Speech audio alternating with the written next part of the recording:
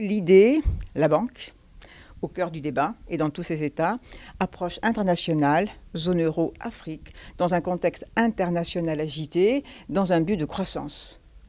Relancer la croissance par tous les moyens. Et le secteur bancaire peut être un moyen, même s'il lui-même évolue considérablement. Et mes deux camarades, n'est-ce pas, vont aller dans ce sens-là. J'en suis certaine. Voilà. Je suis venu apporter ma contribution au colloque qui est organisé ici par l'Université de Toulon, la faculté de droit, sur la banque dans tous ses états.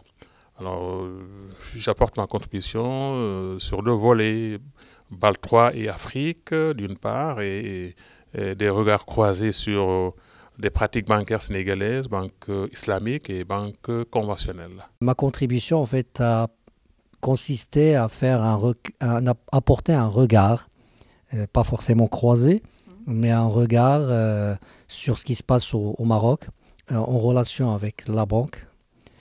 Parce que depuis quelques années, particulièrement à partir de 2007-2008, on a mis la banque sur le banc des accusés.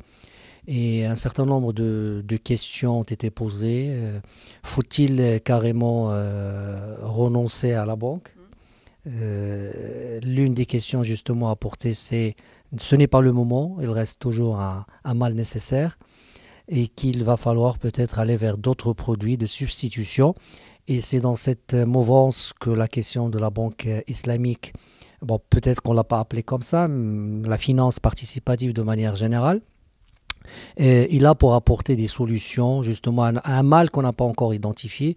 Il était également question de revenir sur certains produits, appelés maladroitement des produits toxiques. Il est évident, et je pense que tu seras d'accord avec moi, que la banque demeure essentielle, mais elle se refait une nouvelle peau, si je puis dire. Enfin, elle se coule dans un nouveau modèle. C'est la banque de demain, en fin de compte. Même si la banque d'hier ou d'aujourd'hui demeure. Mais il y a une évolution irrépressible qui se fait. Pourquoi ? Parce que là, je pense qu'on est tous d'accord, et tous ces pays sont d'accord, c'est qu'il y a de plus en plus d'innovation à soutenir, de croissance à soutenir pour l'emploi. Tout est dirigé vers l'emploi. Et à partir du moment où on trouve les vecteurs nécessaires pour assurer cette croissance, son développement, en s'intéressant au financement, en s'intéressant à la banque, on va vers une destinée commune.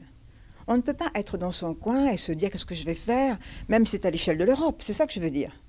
On ne peut pas se contenter de cela. Il faut avoir cette ouverture vers autre chose. Nous nous tournons naturellement vers le continent africain, nous avons des liens. Il y a le plan Lumière dont on parle énormément en ce moment, et tout ça fait qu'on avance vers cette idée-là.